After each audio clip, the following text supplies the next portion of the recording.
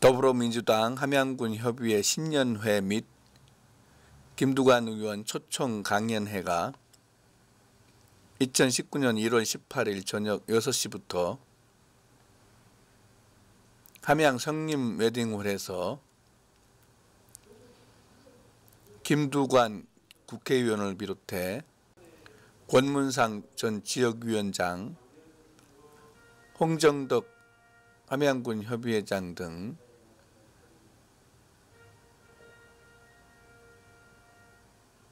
당원 200여 명이 참석한 가운데 열렸다. 이날 행사에서 양해철 씨가 사회를 보는 가운데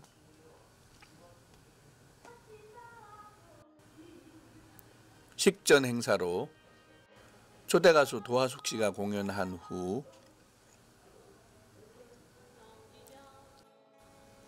통기타 동아리 소풍의 박정인 회장과 차재욱 회원이 기타 반주에 맞춰 노래를 하고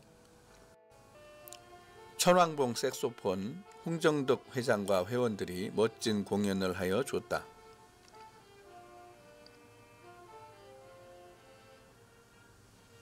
이어 더불어민주당 함양군 협의회 신년회에서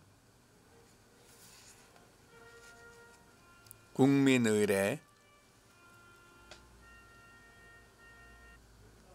협의회장단 새해 인사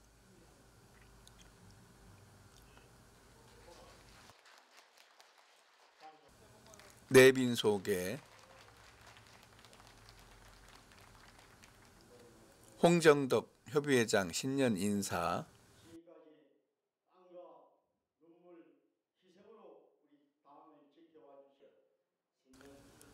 서영재, 이영재 군의원, 권문상 변호사가 새해 인사를 하였다. 뒤이어 김두관 국회의원이 강연에서 지난해 6.13 지방선거에서 더불어민주당이 압승하는데 당원들이 큰 힘이 되었다며 앞으로 더 분발하여 발전할 수 있도록 노력하자면서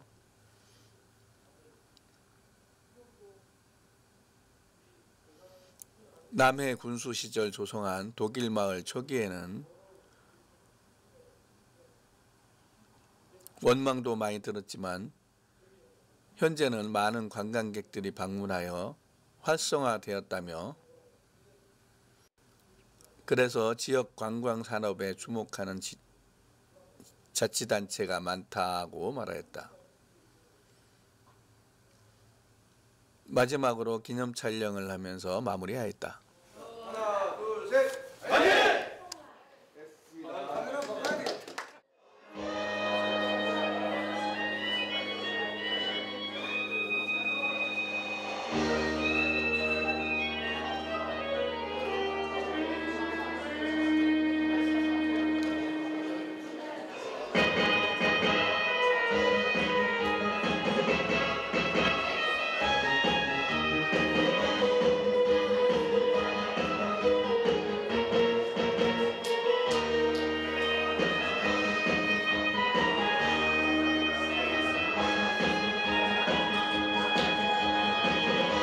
꽃피면 오시는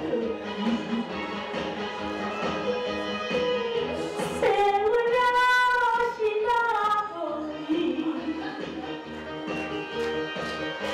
네가 또 내가 또 내가 또 무슨 일 했을까 사랑은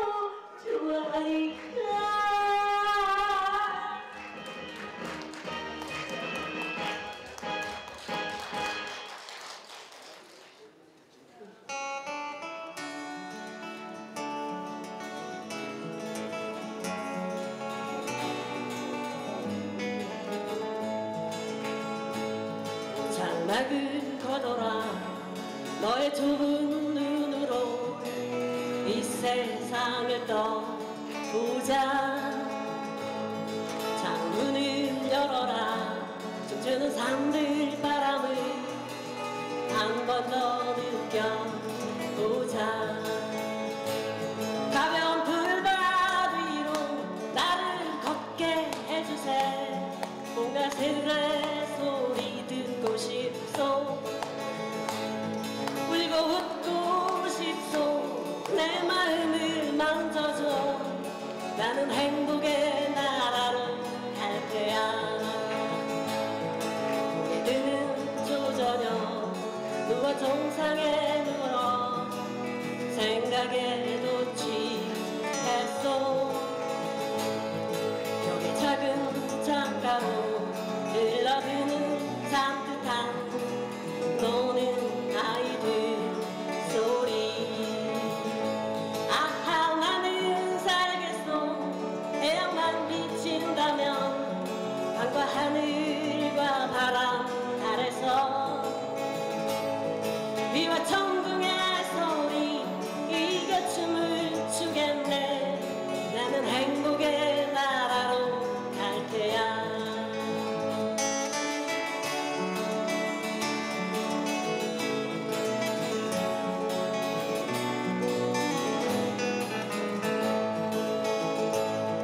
고개 숙인 그대여 눈을 떠봐요 기도 또 기울이세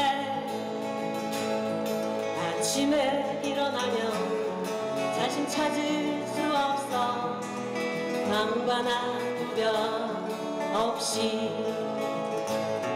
고개 들고서 오세 손에 손을 잡고서 삼천포 유혹의 뒷장 넘기며 광야는 넓어요 하늘은 또 불어요 다들 행복의 나라로 갑시다 다들 행복의 나라로 갑시다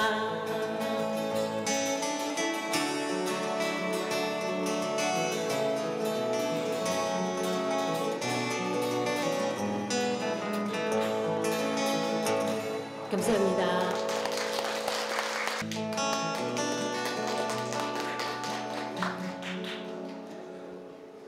그날이 올 때까지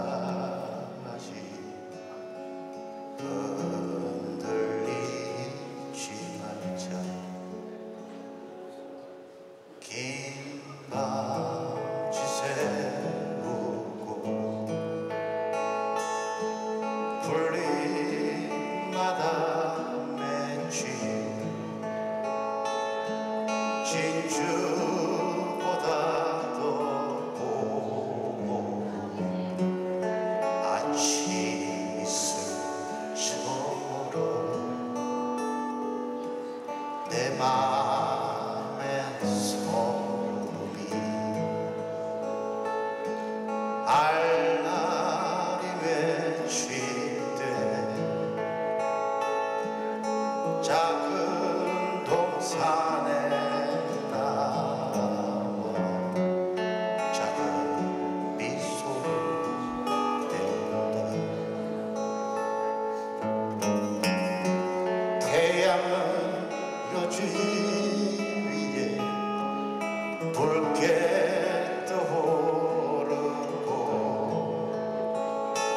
한낮에 지는 더위는 나의 시련이 지나 나 이제 가라 저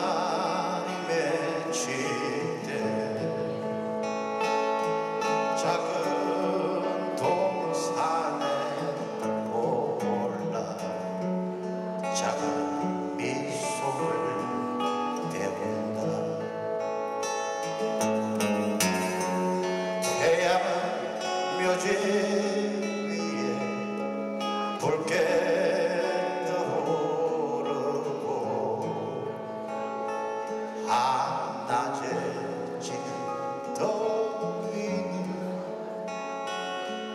나의 시련이 치라 나 이제 가노라 저 꽃이 광야에 서로 모두 버리고 나 이제 가노라 서로 모두 버리고 나 이제 가노라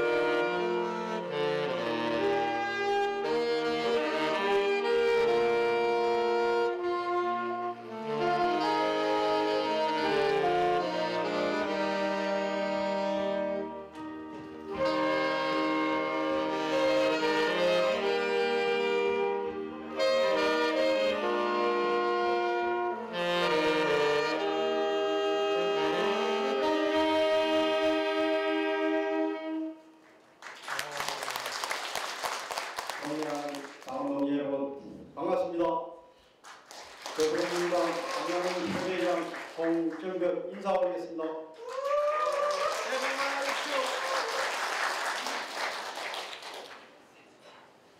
기해년 새해도 벌써 2주가 지난 것 같습니다. 농사일 하시랴 직장생활 하시랴 바쁘신 와중에도 이렇게 많이 참여해 주셔서 고맙습니다. 감사의 말씀을 드립니다.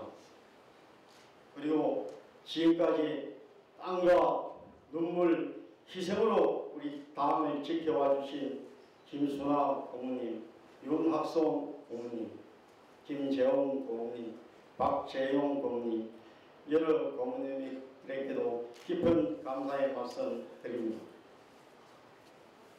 당동지 여러분, 그동안 고생해 오신 우리 고모님들에게 큰 뜨거운 박수 한번 보내주십시오.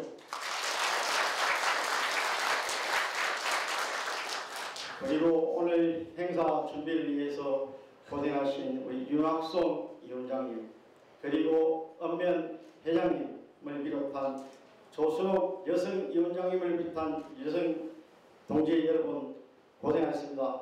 다시 한번 감사 말씀 드립니다. 또한 오늘 행사를 빛내주시기 위하여 참석해 주신 검문상 전 지구당 위원장님, 서영재 부의장님, 이영재 부의장님, 김기태 합천 평통자문위원, 산청의 김원중 평통자매의장님에게도 감사드립니다. 특별히 오늘 바쁘신 국정에도 불구하시고 이 자리에 함께해 주신 김두관 의원님에게 특별히 감사의 말씀 드립니다. 사랑하는 당동지 여러분, 나라를 위해서 큰일 하시라고 우리 김두관 의원님에게 뜨거운 박수 한번 해주십시오.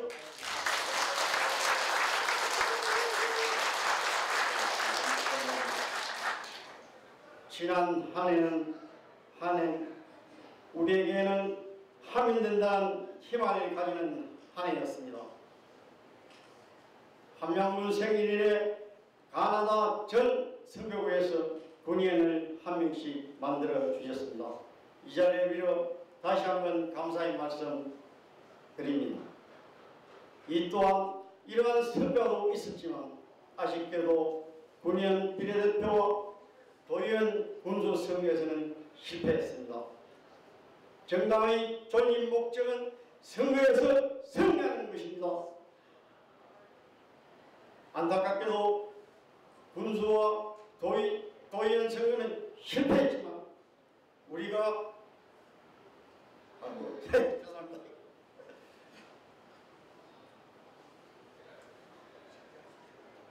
우리가 열정과 힘을 모아서 다음에 총선에서의 승리는 물론 다음 지방선거에서는 반드시 모두가 승리하여 우리가 꿈꾸는 더불어민주당의 지방정부를 구성해야 됩니다. 그렇지 않습니까, 여러분?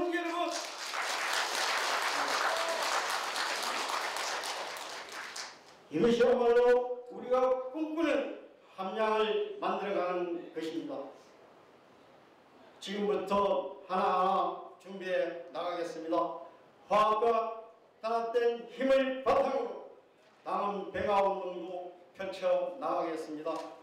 동지들도 함께해 주시기라 믿고 나아가겠습니다. 아무쪼록 오늘 귀한 시간을 내어주신 김두관 국회의원님의 강연을 잘 경청하시어 새로운 계기와 가오를 다짐하는 좋은 시간이 되었으면 합니다. 아무쪼록 우리 당 동지 여러분들의 가정마다 행복과 건강히 함께 하시기를 기원드립니다. 감사합니다. 존경하는 당원 동지 여러분, 그리고 이 자리를 함께한 국민 여러분, 대단히 반갑습니다. 저는 여러분의 큰 성원과 사랑으로 지난 동시지방선거에서 당당히 더불어민주당의 후보로 당선된 군의회 의장 서영재입니다. 아쉬운 무술년을 뒤로하고 희망의 2019년 황금돼지 기해년을 맞이하여 신년 인사회를 여러분과 함께 함은 큰 영광이요 기쁨이고 행복입니다. 평소 존경하는 김두관 국회의원님, 김순아 고모님, 윤학성 고모님, 그리고 당 관계자 여러분, 큰 사랑 주심에 또 함께해서 고맙고 감사합니다. 좋은 글을 분들과 좋은 사람, 좋은 추억과 귀한 인연 중 인연이 오늘이 아닌가 싶습니다. 사람이 살아가면서 많은 환경의 변화와 그 일상을 경험한다면 인생은 살아갈 것입니다. 저는 지난 4월 더불어민주당 경남도당에서 입당하여 귀하고 소중한 시간을 당원 동지 여러분과 함께 하면서 많은 경험과 또 책임감으로 지내왔습니다. 사랑이 꽃피는 나무에 아름다운 열매가 맺듯이 얼마나 빨리 가느냐가 중요한 것이 아니라 어느 방향으로 또 누구랑 함께 가느냐가 중요할 것입니다. 이제 제가 당과 당원들에게 무엇을 해야 하는지 고민하고 또 떠나는 모든 게 이루어지면 이제 어디서든 여러분과 함께 생사고락하며 국민과 당원만 바라보고 살아가겠습니다. 잘 이끌어 주시고 지도해 주시길 바라며 기해년 새해 설계 잘 세워서 행복하고 부자되고 가정과 직장에 행복이 가득하시길 바랍니다. 날씨가 많이 춥습니다. 건강 유의하십시오. 고맙습니다. 네, 자랑스러운 우리 당원 여러분 대단히 반갑습니다.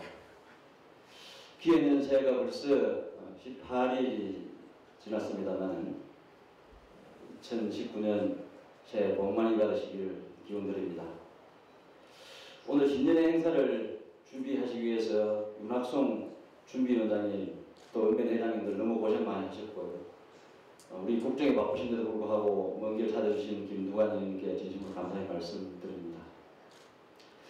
우리 오시기 전에 군수님 잠깐 예방하고 왔는데 그 자리에서 우리 김순환 고문님께서 하신 말씀이 우리 함양에 국회의원이 없으시다고 우리 다음 국회의원 탄생될 때까지 김두관 의원님이 함양에 국회의원을 해주신다 이렇게 말씀하셨습니다.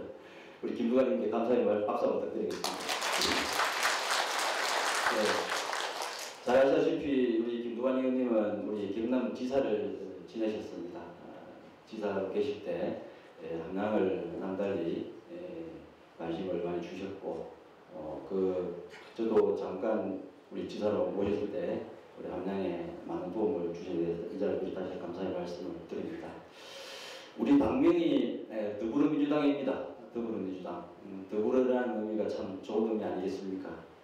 우리 올 한 해 우리 당원도 더불어 잘 되는 한 해가 되시기를 기원드리고 가정과 직장에 행운이 가득하시기를 기원드립니다. 대단히 감사합니다. 네, 반갑습니다. 함양 당원 동지 여러분. 제가 며칠 동안 감기를 앓아서 코트를 단단히 쌓이고 있었는데 뜻하지 않게 인사 말씀을 드리게 돼서 영광입니다.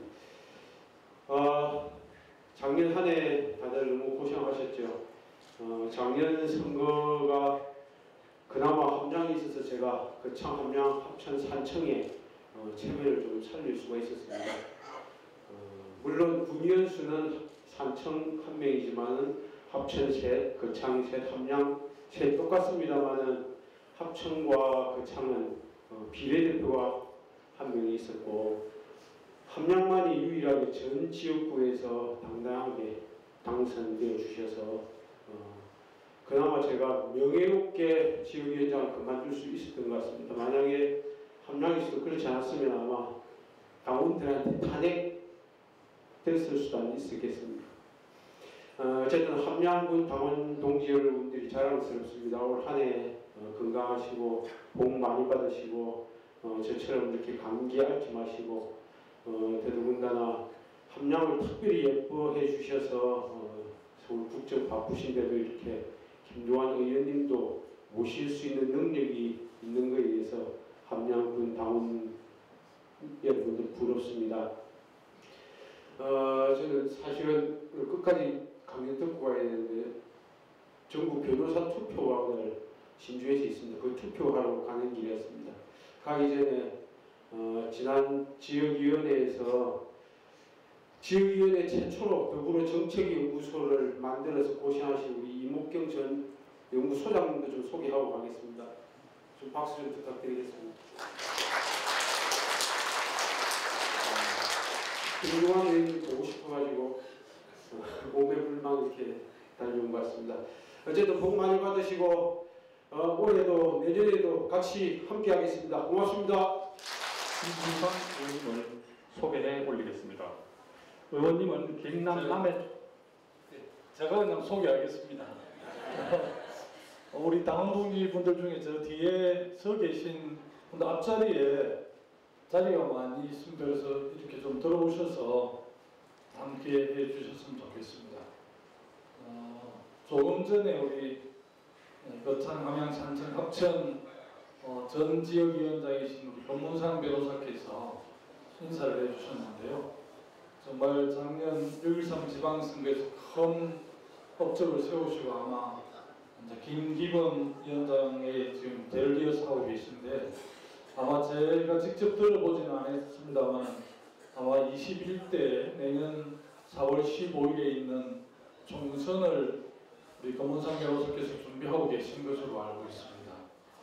정말 그 훌륭한 변호사님이시고 아마 변호사님 중에 가장 그 겸손하시고 우리 주민들, 국민들의 말씀을 잘 경청하는 분이 아닌가 싶습니다. 저는 개인적으로 권문상 변호사께서 내년 21대 총선에 곧 국회의원 되셔서 우리 당 소속으로 또 함양, 합천, 산청, 거창 이런 주요 현안들을 좀 잘 심부름할 수 있었으면 참 좋겠다는 말씀을 드립니다. 우리 홍정덕 협의회장님께서 참 이 신년 인사회를 이렇게 많은 당원 동지들이 모인 데서 할 수 있는 것 자체가 더불어민주당 함양군 협의회의 저력을 보여주시는 거라고 저는 그렇게 생각을 합니다. 오늘 우리 서영재 부의장님 또 이영재 의원이시자 전도의원이신 인사 말씀 들으시니까 우리 당원 동지 여러분 뿌듯하시죠? 또 우리 김순아 경남도당의 우리 고모님 함께 해주고 계시고 우리 윤학송 전도의원님 또 저하고 함께한 선배님이시고 또 농민의 활동도 같이 하고 도정도 함께했던 윤학송 우리 전도의원님 또 산청 합천의 우리 민주평통협의회장님 또 이목경 거창 연구소장님 다 함께 하셨는데요. 당원 동지 여러분들 정말 작년에 너무 고생 많으셨습니다. 저도 여러 차례 와서 지원을 한답시고 했습니다만 제대로 크게 도움이 못돼서 개인적으로 죄송스럽다 말씀드리고요. 저로서는 경남을 방문할 때마다 2010년 경남도지사 선거 때 우리 도민들께서 여러 가지 부족한 저에게 도전을 볼 수 있도록 기회를 주셨는데 제가 임기를 마치지 못하고 중도 사퇴함으로써 우리 도민들, 국민 여러분께 많은 상처를 드린 점 한시도 제가 잊지 않고 늘 반성하고 돌아보고 있습니다. 작년 한 해 참 여러 가지 의미 있는 한 해였습니다. 남북 정상이 3번이나 정상을 회담을 했고 또 역사적인 70년간 적대 관계를 유지했던 북미 싱가포르 정상회담도 있었습니다. 오늘 아침 뉴스를 보니까 북한의 노동당 부위원장 김영철 부위원장이 워싱턴 댈러스 공항에 내려서 삼엄한 경호 속에 숙소로 가는 뉴스를 봤습니다. 아마 폼페이오 장관하고 마지막 마무리를 해서 금명간 북미 2차 정상회담이 있는데 우리가 주목하는 것은 북한의 비핵화를 통한 정전, 협정, 평화협정 이런 걸 만들 수 있는 계기를 만든 한 해였습니다. 한반도 평화와 번영의 운전대를 문재인 대통령께서 잡고 1년 동안 국정을 이끌어 오셨는데요. 뒷좌석에 태우신 분들이 좀 특이하신 분들이잖아요. 미국의 트럼프 대통령도 특이하시고 또 북한의 김정은 국무위원장도 특이한 분인데 한 분은 자꾸 어느 쪽으로 차를 몰라 그러고 한 분은 왼쪽으로 몰라 그러고 또 차에 동서하지는 않지만 옆에 따라뛰면서 아주 그 운전하는데 방해하는 아베 총리도 있고 굉장히 힘들었어요. 그래서 한반도를 둘러싸고 러시아, 중국, 일본, 미국을 북한까지를 어쨌든 설득해서 그래도 중심을 잘 잡고 이렇게 운전을 해 가시는데 사실은 4대 강국과 북한을 설득하는 것도 얼마나 힘듭니까?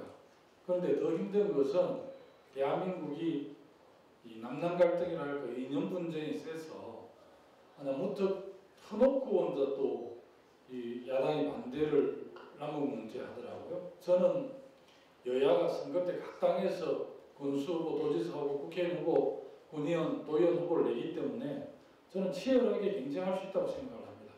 그러나 선거가 끝나면 함양군 발전을 위해서 다 여야가 힘을 모아야죠. 무소속 다 힘을 모아서 하는 게 맞고 특히 국가 주요 정책과 관련해서 민생, 경제 부분 또 우리 아이들의 미래를 책임지는 교육 특히 남북 문제 이런 문제는 저는 여야를 뛰어넘어야 하는데 우리 정치 수준이 그러지를 못합니다. 지금도 여러 가지 해남을 국회에서 굉장히 지금 싸우고 있어서 사실은 뭐 어디 국회의원이라고 치고 어디 나가서 이렇게 말씀드리는 것도 솔직히 좀 송구하고 그렇습니다. 그러나 오랜 동지를 만난다는 생각으로 또 우리 고향분들을 만난다는 그런 편한 마음으로 제가 함양을 왔습니다. 또 아마 저녁 시간이 돼서 좀 시장할 텐데요.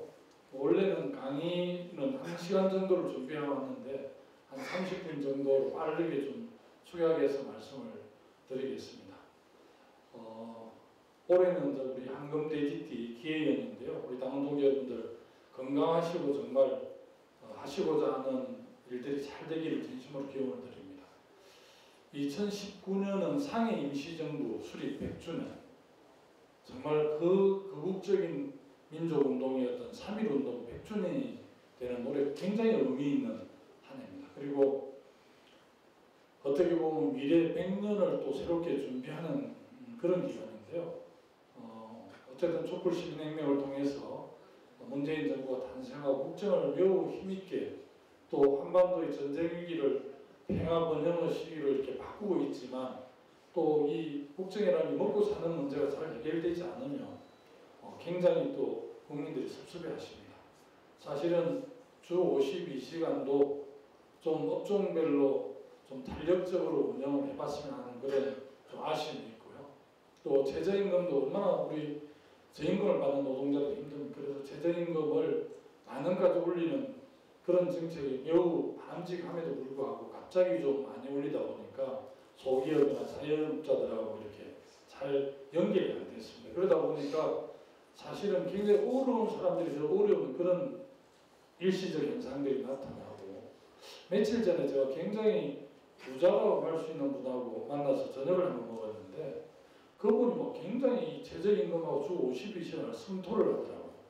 이분은 아무 관계도 없는데 왜 그럴까 곰곰이 생각해 보니까 문재인 대통령이 미워 죽겠는데 그분이 내가 지금까지 상세히는 모르지만 제가 살펴본 바로는 전혀 어려운 사람들 편에 한 번도 안 섰던 사람 같아.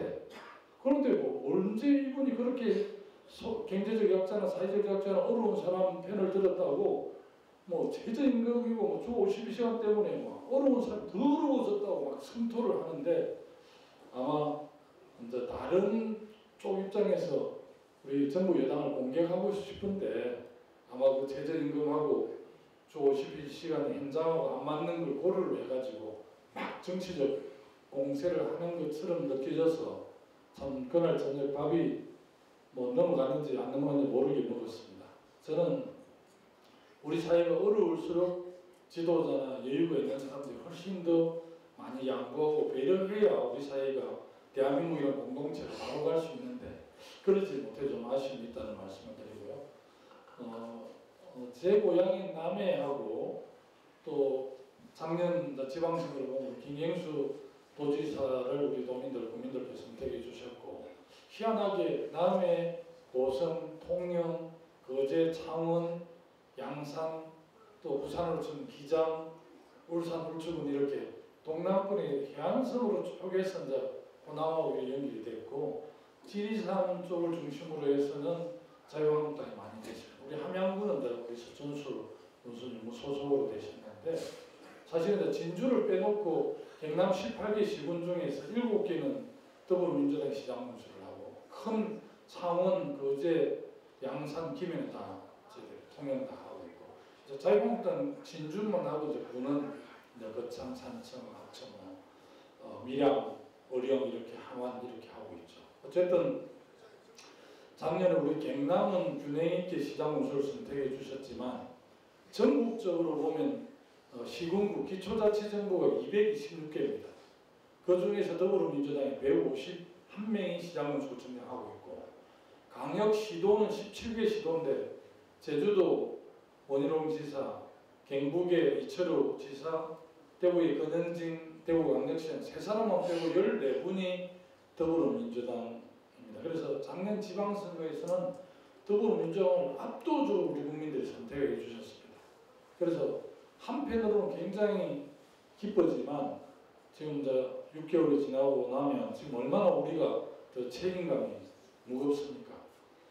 지난번 외청군 위원들이 선진지 견학한다고 캐나다와 미국 가서 박종철 위원이라는 분이 가이드를 폭행해서 지금 지방 의회 무용론, 지방 의회를 없애라는 주장을 많이 합니다. 언론에서 하는데 저는 뭐 우리 당원 동지 여러분께 확실하게 말씀드리지만 그런 역기능이 없는 것은 아니지만 지방자치를 한 덕분에 우리 함양군이든 합천군이든 거창군, 산천군이 이 지역 조건과 상황에 맞는 발전 전략을 세웠다고 생각합니다.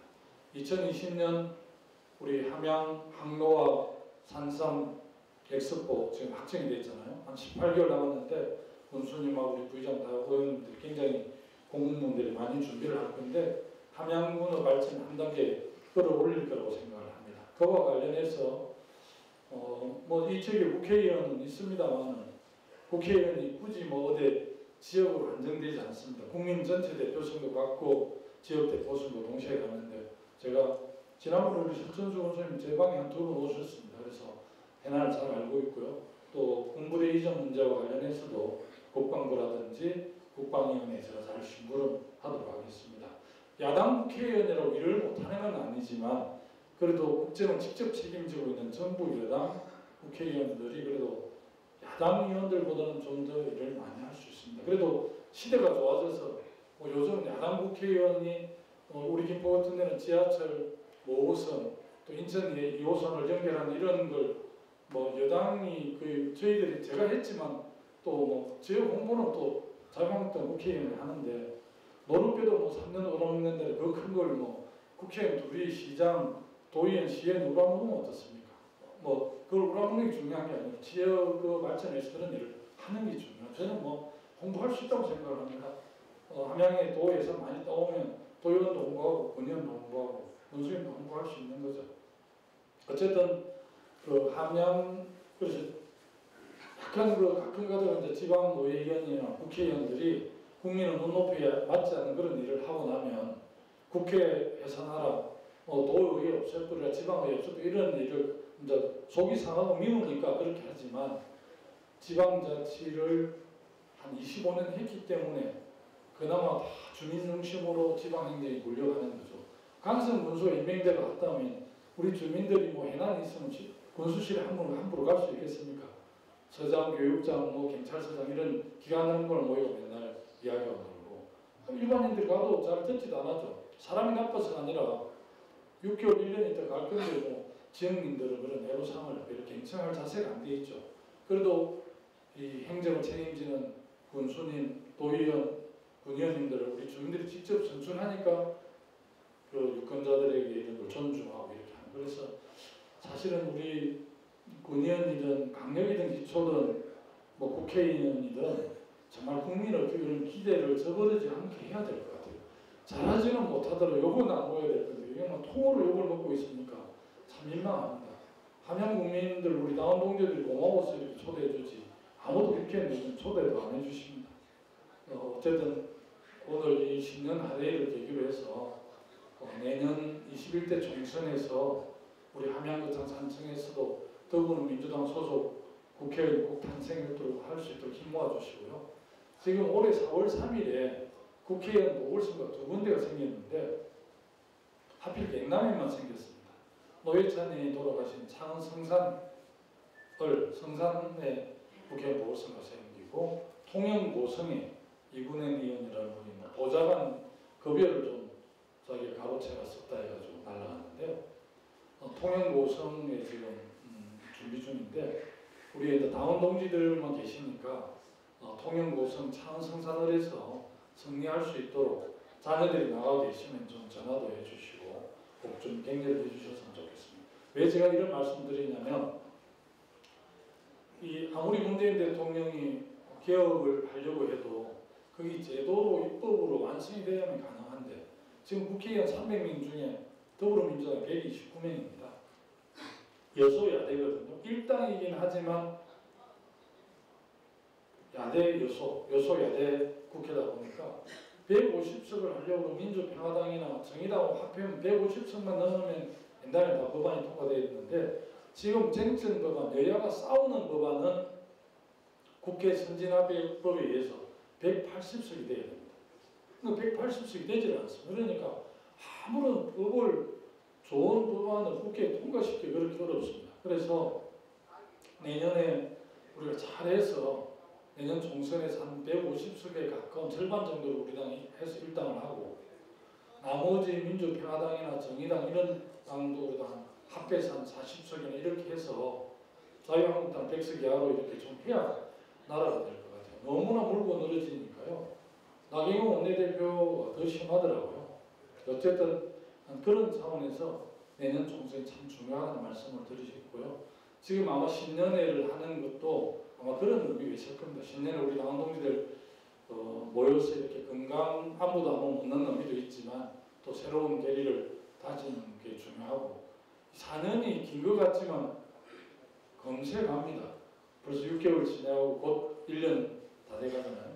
그럼 뭐 또 3년 뒤에 평소 의정 활동을 잘 하시면 재선, 3선 다 시켜주지 않습니까? 그리고 어쨌든 앞으로 4년 뒤에 3년 6개월 뒤에 2022년에 또 대선도 있고 지방선거도 동시에 있는데 그때는 우리 당에서 권정도 맡을 수 있도록 그렇게 좀 잘 우리 당원 여러분들께 준비해 주셨으면 좋겠다는 말씀드리고요.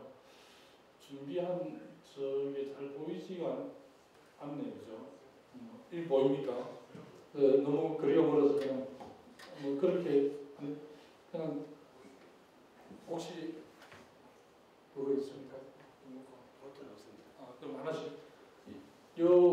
저 한문이 좀 불안빈 한불균인데요. 제 정치 좌우명입니다. 저게 백성은 가난한 것에 노하기보다는 불공정한 것에 한행다 이런 뜻입니다. 송나라 육상산인 학자가 주장했는데 제가 고등학교 다닐 때 샘터라는 잡지가 있었는데 그 중간에 이달의 맹은 고사성 이런 코너가 있는데 그 코너를 보고 제가 딱 느낌이 왔습니다. 요즘 젊은 말로 필이 탁 꽂혀서 불안빈 한불균을 제 정치적 좌우명으로 삼고 있는데 지방자치 또 정치 중앙에 가서 행정 한 20년간 농민운동부터 시작해서 지역운동, 도정, 군정, 또 행자부, 대통령 정무특보, 또 최고위원, 국회의원 하면서 제 나름대로는 저런 정치적 좌우명을 가슴에 담고 대한민국이 보다 좀 좋은 나라가 됐으면 좋겠다는 생각으로 정치를 해왔습니다만 제가 얼마나 치열하게 충실하게 좌우명대로 살았는가를 돌아보면 부끄럽기 짝이 없지만 그래도 그런 원칙을 지키면서 하겠다는 그런 각오로 해왔고요. 제가 특히 기획재정위원회에 있다 보니까 대한민국이 얼마나 부업 편중이 심한지 양극화가 심한지 제가 절감을 합니다. 그래서 어쨌든 여러 가지 균형 발전 정책, 자치분권, 재정분권 이런 걸 위해서 제 나름대로 최선을 다하고 있습니다만 힘이 많이 붙입니다. 기획재정위원회 25명 정도 국회의원들이 활동을 하는데 지방을 위해서 발언하는 국회의원은 저 말고 거의 없습니다. 국회의원들이 중앙 권리를 기본적으로 갖고 있는 사람들이고 이해관계가 주로 그렇다 보니까 뭐 자치분권이라든지 고양세 도입이라든지 뭐 균형발전 이런 쪽 균형발전 예산 이런 거에 대해서 너무 신경을 안 쓰는데 저는 어쨌든 당에 참 좋은 지방정부위원회 위원장을 맡아서 151개 시장군수 정량님들을 심부름하고 있고 14개 시도지사님들 심부름합니다.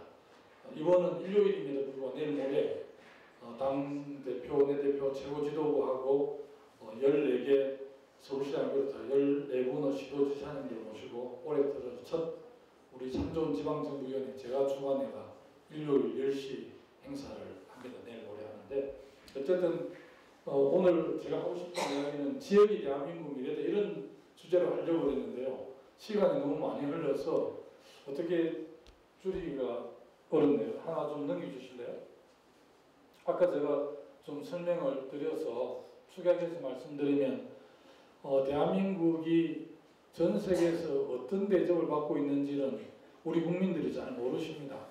몇 년 전에 싱가포르의 유명한 변호사가 와서 한국에 와서 2번 놀랬다는 이야기를 했는데 그 요지가 뭐냐면 한국이 산업화와 민주주의를 동시에 이룩한 대단한 저력이 있는 나라라서 놀랬다는 겁니다. 조선 자동차, 전자철강, 석유화학 5대 거대 장치 산업에서 1위에서 5위를 하고 있고 지금 저기 있습니다만은 작년에 수출 6천억 달러를 돌파했습니다. 물론 반도체에 영향이 좀 더 많이 미치긴 했지만 6천억 달러를 돌파했고 2050 클럽 아시죠? 5천만 이상 인구를 가진 나라 중에 2만 불, 3만 불 넘는 나라 전 세계 한 6, 7개 나라밖에 안 됩니다. 아시아에는 우리나라, 일본, 미국, 중남미 다 합해서 미국, 유럽의 이태리, 영국, 프랑스, 독일 7개 나라밖에 안 되니까 얼마나 대단한 나라인데 그 싱가포르 변호사 이야기는 산업화와 민주화를 2차 세계대전 이후에 독립된 나라라고 해야 되니까 주권을 되찾은 나라 중에 유일한 나라라서 놀래고 하는 한국의 변호사들 일반인들을 만났는데 어떤 점이 놀랬냐면 자기 나라가 얼마나 대단한지를 거의 모르더라는 겁니다. 한국의 변호사들조차도. 그래서 자기들이 볼 때는 대한민국이 대단한 나라인데 정작 한국 사람들이 자기들이 대단한 나라를 잘 몰라서 너무 놀랬다 이런 이야기를 하더라고요.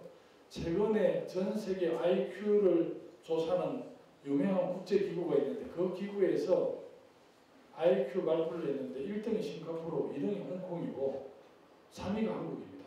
우리가 흔히 뭘 가장 좋은 나라 이스라엘 이렇게 생각하면 한국이 3위인데 홍콩하고 싱가포르는 도시국가이기 때문에 사실은 큰 나라에서는 대한민국이 1위죠.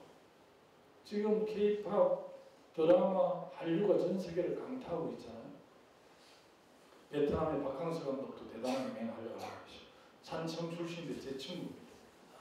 가끔 통화도 하고 하는데 어쨌든 이런 대단한 나라인데 너무 아쉬운 것은 양극화.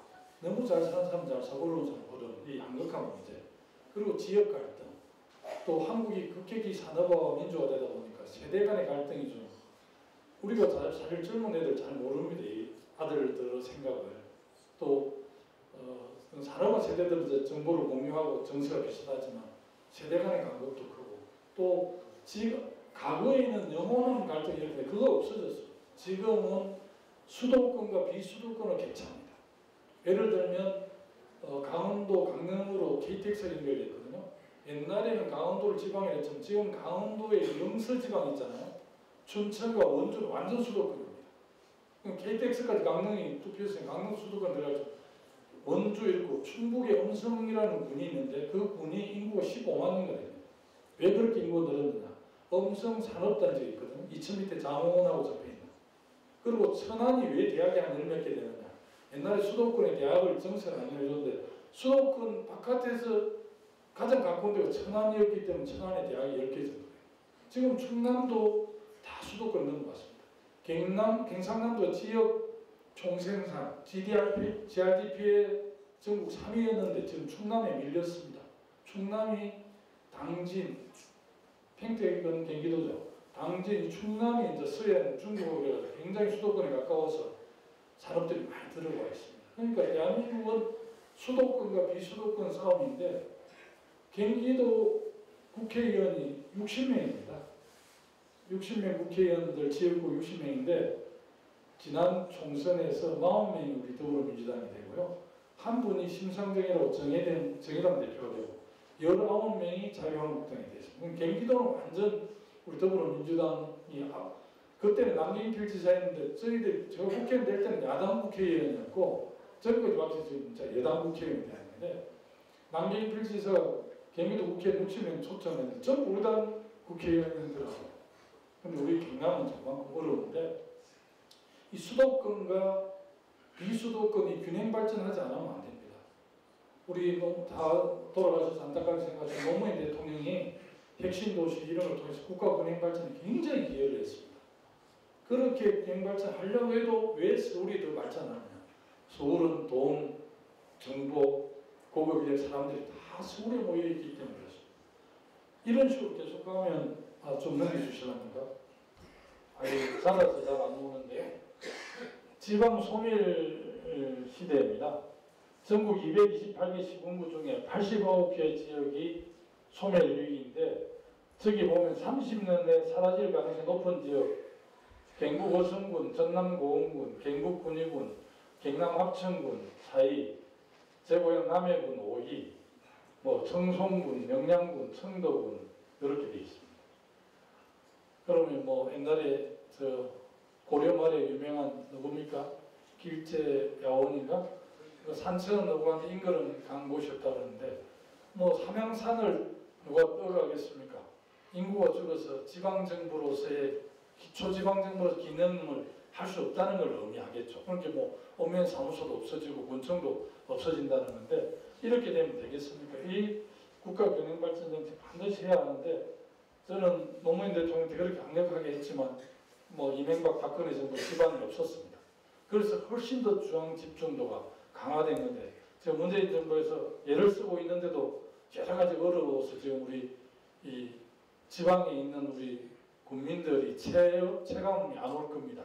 그러나 열심히 해야 되고요. 나는 이해찬 당대표의 집권 20년 논의라는 게 어떻게 보면 국민들을 열받게 하는 말씀으로도 비칠 수 있겠더라고요. 그런데 진정으로 뭐 우리가 정말 잘해서 지방 분권이나 국가균형발전 정책을 문재인 정부 이어서 우리가 집권을 해서 국정기조를 그대로 살려서 한 20년 정도 균형발전 지방분권을 강력하게 추진해야 그래도 수도권에 한 60% 70% 따라가지 않을까 저는 개인적으로 그런 생각을 합니다. 그런 측면에서 우리가 꼭 집권을 열심히 해서 잘했으면 좋겠다는 생각을 갖고 그 집권을 오래 하는 것은 당원 여러분도 손에 달렸고요.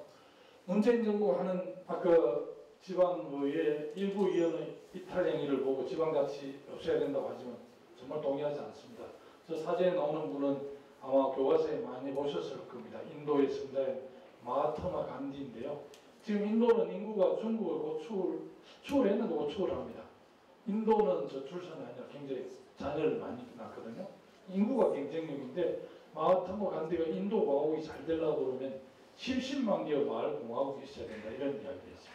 그건 틀림없는 사실입니다. 그리고 지방 분권이 잘 되면 여기 좀 힘에서 이게 작아지는데 국가 경쟁이 엄청 좋아지고 1인당 GDP도 엄청 높아지고 국민 행복 지수도 분권을 했을 때 훨씬 더 높아지는 겁니다. 그런데 대한민국이 OECD 국가 34개국 경제 선진국인 OECD 34개국 중에서 중앙 집중도, 중앙 집권도가 가장 센 나라. 지금도 우리 제가 지금 기획재정부를 감시감독하는 국회 기재인데요. 기재위 공무원들 비롯해 중앙부처 공무원들이 그 근황과 예산을 아직도 안 내놓으려고 그럽니다. 맨날 싸우는데 이 관료들이 워낙 세거든요. 만만치가 않습니다. 관료들은 마침 자기들이 대한민국의 주인처럼 착각을 합니다. 물론 관료들도 공무원으로 중요한데 선출되지 않는 걸 여깁니다. 기재부의 신재민이라는 사무관이 자기 의지대로 안 했다고 막 청와대를 갈고 이러는데요. 자기 생각은 국채를 발행 안 하는 게 좋겠다지만 그럼 자기보다 훨씬 더 경험 있는 사람들이 의논을 해서 정책 조율을 해서 그렇게 안 한 건데 지 사무관 자기 의지대로 안 했다고 해서 문재인 정부가 뭐 이상하게 했다는 식으로 폭로를 했는데 나는 뭐 그 친구의 소신은 존중해야 되지만 자기가 보는 안목이 워낙 좁아서 그렇게 한 거라고 나는 이해를 합니다. 어쨌든 분권이 강화되면 훨씬 더 우리 주민들의 행복지수나 좌측 아래쪽이 서 있습니다. 우리 같은 도를 스위스는 칸톤이라고 그러는데 23개 칸톤으로 이루어져 있고 저기는 이제 대통령을 뽑았는데 대통령이 돌아가면서 합니다. 7명 정도가 대통령이 돌아가면서 1년씩 이 주지사들이 돌아가면서 대통령을 하는데 철저하게 이 지방자치가 되어 있죠. 저기는 이런 단체자치, 그게 중앙에서 시장군청장을 뽑고 우리 군의원을 뽑으면 단체자치도 잘 되어 있지만 더 잘 되어 있는 것은 스위스는 주민자치입니다. 아마 지금 주민자치에 구성을 하는데도 읍면장들이고 임명하고 이런데 그렇게 하는 게 아니고 철저하게 주민들 스스로 하는 주민자치가 되는데 스위스는 우리 남한 면적의 절반 정도 됩니다. 스위스가 면적이. 그런데 세계 경쟁력 압도적이고요. 1인당 GNP는 8만 불입니다. 스위스 잘 아시죠? 다보스 포럼도 하고 옛날에 시계로도 유명하고 한때는 전 세계 독재자들의 비자금을 모아가지고 자기들이 대출대가 은행 이자하는데 요즘은 그런 짓 안 한다 하더라고요. 어쨌든 그런 이쪽은 제가 1년간 공부하고 독일인데 독일은 16개 주 연방 국가입니다. 근데 독일이 이제 선거돼 가지고 한 당이 가반수를 넘지 않아 가지고 우리 같으면 정부가 구성이 안 돼요. 선거가 끝났는데도 4개월, 5개월 동안. 그런데도 독일 국민들이 전혀 불편하지 않는 게 주를 중심으로 완전 나라거든요.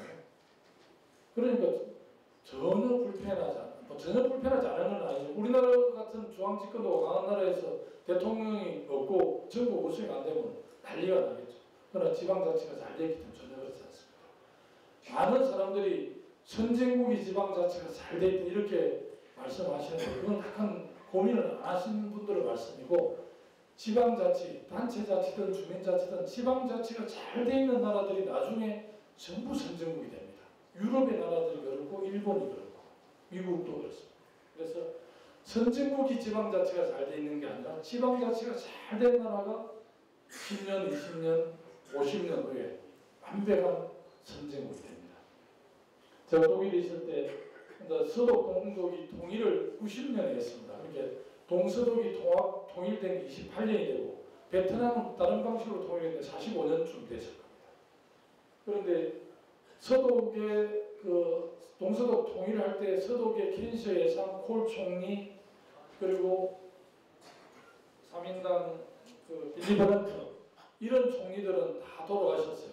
그런데 동독 당시에 동독 총리를 했던 두 분은 지금 더메이지르 총리, 한스 모드르 총리 지금 아래에 있는 분은 92살, 위에 있는 분은 89살인데 제가 1년 전에 독일에 있을 때도 봤습니다. 근데 내가 사실은 내일 모레 다시 독일을 가는데 두 분하고 지금 약속을 했습니다. 만나요. 그래서 제가 가서 여러 가지 통일 관련 자문도 받을 생각인데 그리고 이 사진 3개 중에 아래쪽 오른쪽 여러분들 오른쪽은 니더작센주의 주지사를 한 사람인데 연방 국회의원도 한 사람인데 지금 뭘 하고 있느냐 니더작센주의 주 대표부 베를린 대사를 하는 거예요. 그러니까 우리도 경상남도도 서울하고 세종자치시에 여러 가지 이제 예산이나 어떻게 보면 로비를 하기 위해서 우리는 로비가 이상한데 사실 로비는 지역의 이익을 위해서 열심히 활동하는 겁니다.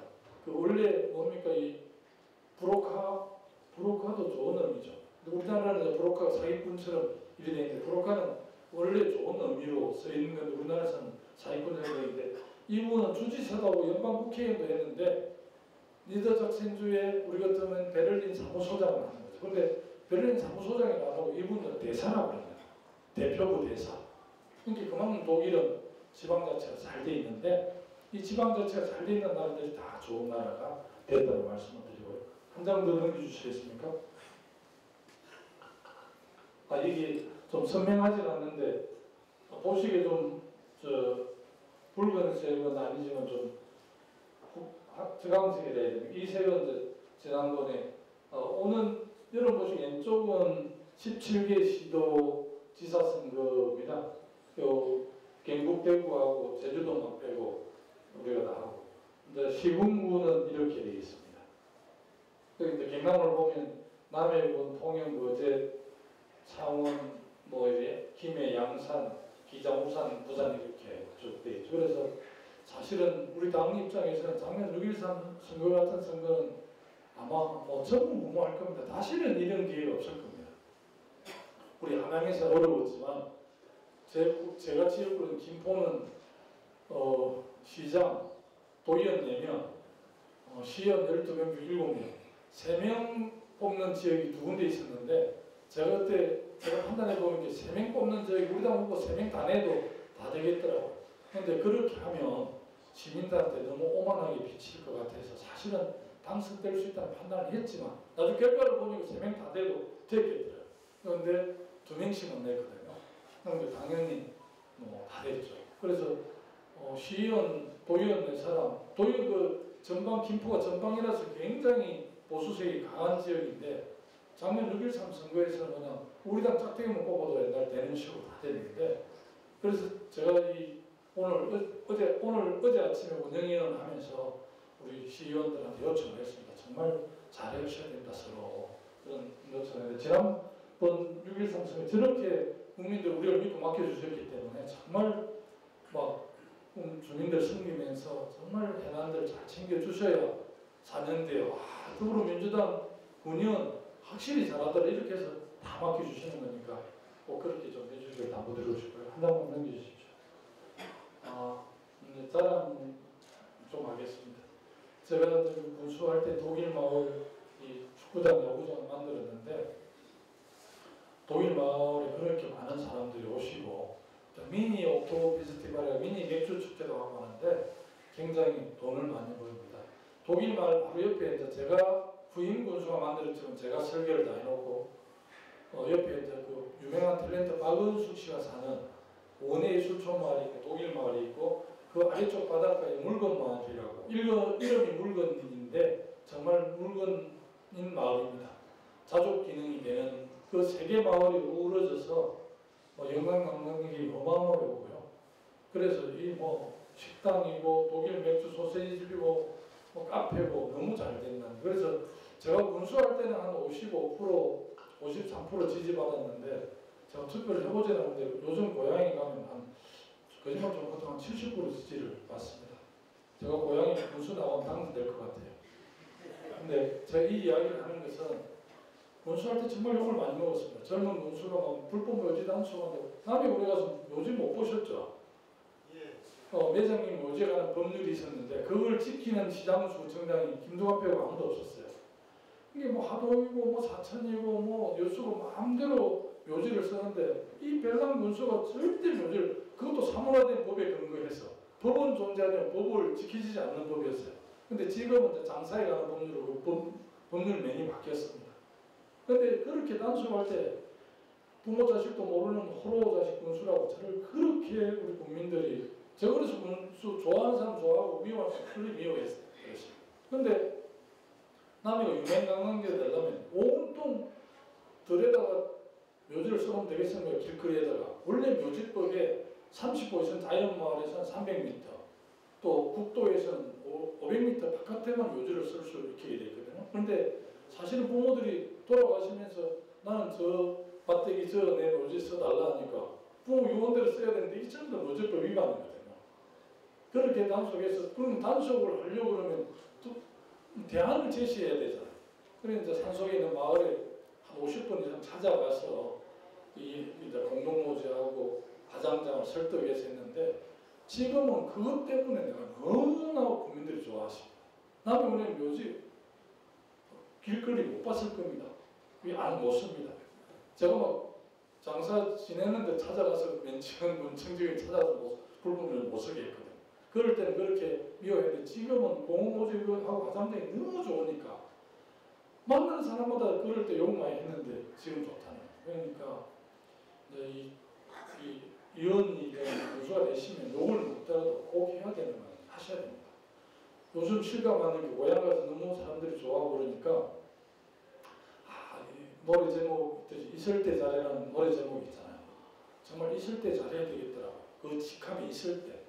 지금 남이 군수는 제 도지사할 때 초대 비서실장으로 윤학중 선배님 하시고 두 번째 비서실장을 지금 남이 군수 장충남 씨가 했습니다. 물론 제 도지사 때 비서실장 했다고 해서 군수 당선되는 건 아니고 본인이 열심히 경찰대 일기 출신이고 열심히 했어요. 근데 지금 남해군수 장충남 씨가 된 이유가 있습니다. 경남의 어려운 밀양시장, 사천시장, 남해군수가 다 경찰서장 이상 하신 분들인데 장충남 남해군수만 당선이 됐거든요.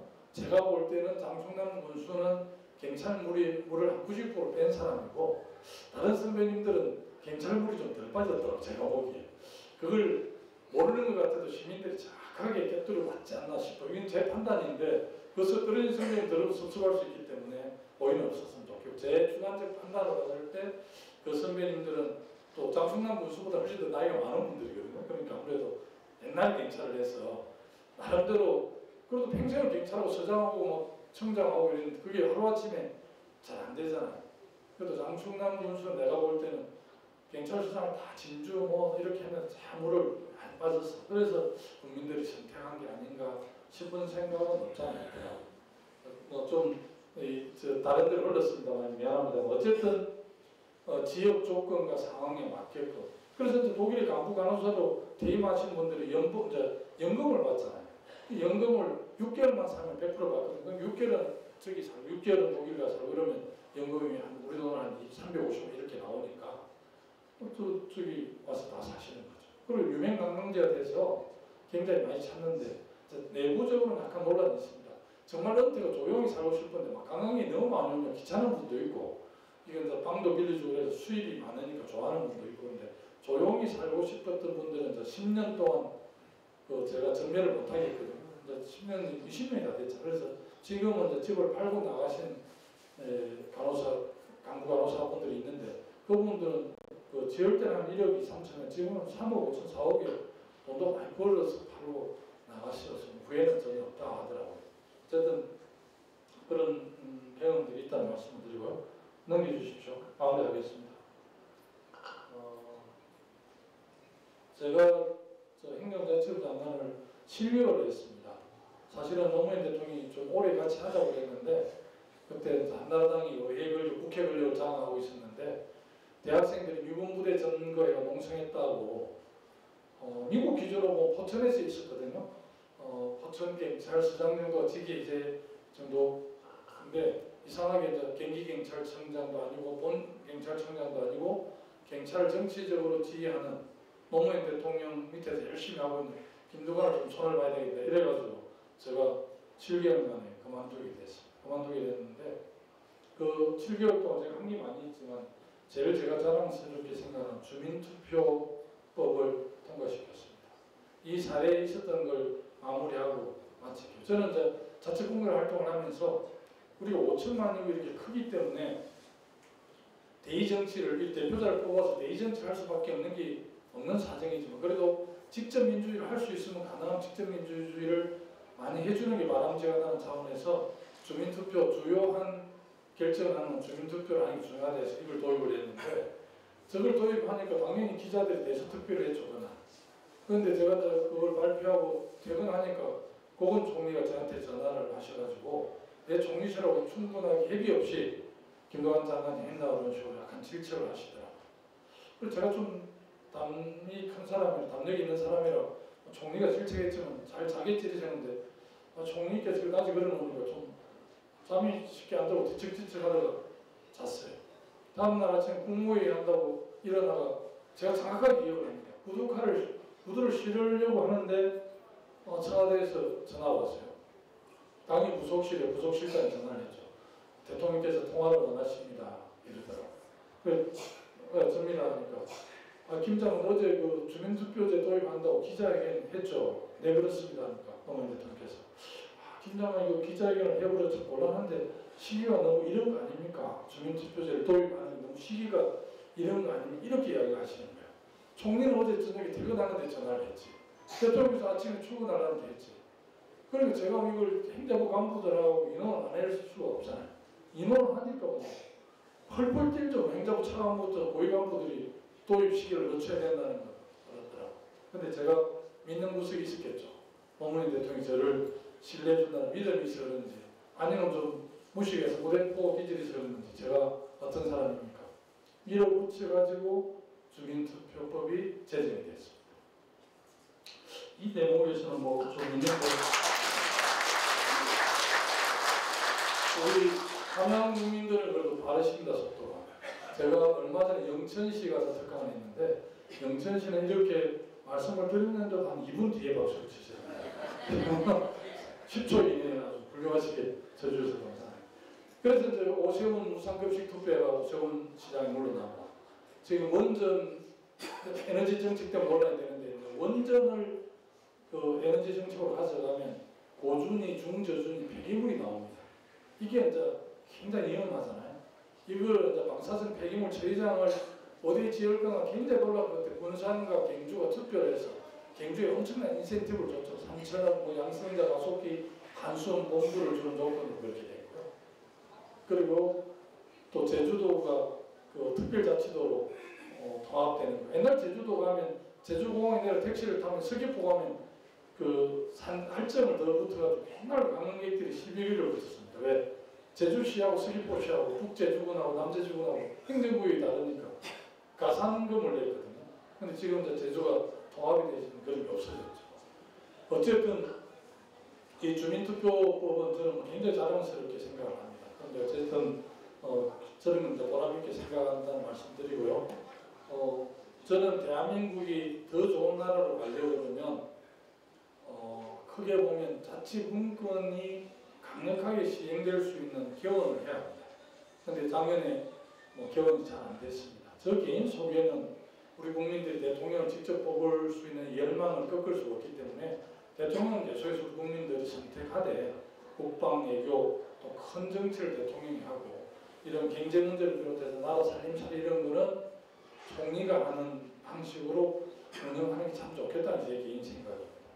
총리는 국회 다수당의 지도자가 하거나 국회에서 한 2사람 정도 추천을 하면 대통령이 지명해서 실제 총리가 그나마 40% 정도 갖고 국회의원은 할 생산적인 정치가 이루어져야지 지금 뭐 대통령이 되시면 국회하고 땀을 살게 되고 당하고 청와대하고 국회하고 소통이 잘 안 되니까 이게 좀 살아있는 이런 입법이나 정책이 좀 안 돼서 아쉬웁니다. 며칠 전에 서울대 강원택 교수를 유명한 사람들하고 제가 한 3시간 토론을 했는데 그분들도 87년 이후에 문재인 대통령까지 7번째 대통령인데 모조리 그 사람들 이야기입니다. 제 이야기가. 그 사람들이 아주 전문가들인데 서울대 정치학부 교수인데 자기들이 봤을 때 문재인 대통령께서 약간 제왕적 대통령 성격을 보이는 걸로 봐서는 이게 사람의 문제가 제도의 문제다.